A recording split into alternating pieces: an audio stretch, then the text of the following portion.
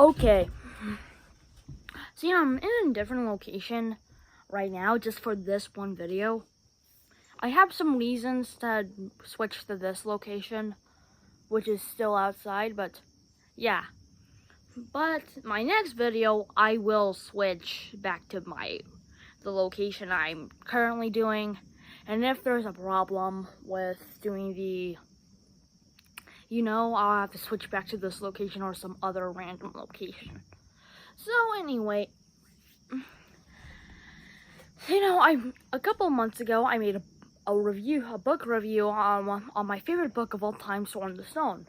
And I highly recommend watching that video, and I highly recommend reading that book.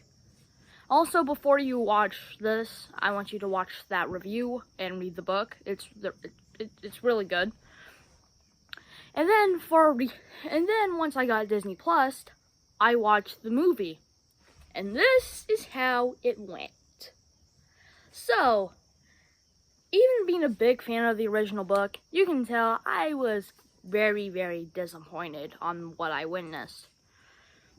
I have a few complaints, and I'll just be talking about them in here. The first complaint, which is the main one, I hated how they introduced the Sword in the Stone at the beginning. Because the book Sword in the Stone is just, at the beginning, it doesn't even mention a Sword in the Stone until chapter 20. Which is really good. Like, all the rest of the book is just like mini stories of Wart and Merlin.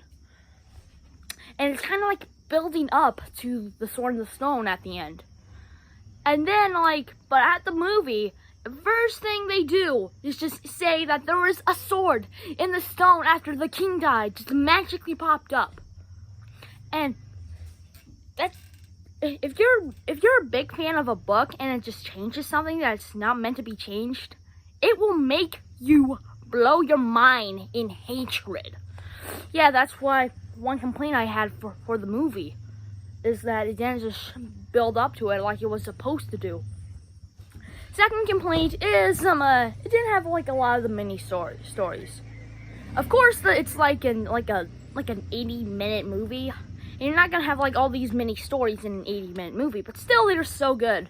And you only have two. The fish one, which is isn't in the movie for several minutes, and it's not even based on the book at all. And then you have the second one, and the second one is I don't remember it being in the book, so I don't think it's in the book, is where there are squirrels. And also there's this one part where it's there's this squirrel who's in love with Wart Squirrel, and at the end they show her looking at Squirrel after Wart after he turns into a human, she's gonna be in the rest of the movie, but no, that's the only time she's there.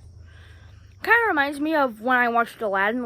At the beginning they show this merchant, and then at the beginning, and then at the end there's no mention of him at all, which just makes me mad. And yes, the Sword in the Stone movie that Disney made was very disappointing.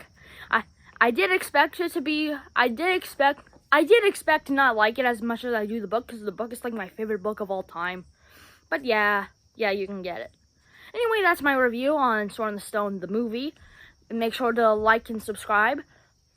And make sure to comment down below if you thought my opinion was trash or good. And thank you for watching. I'll see you in the next one.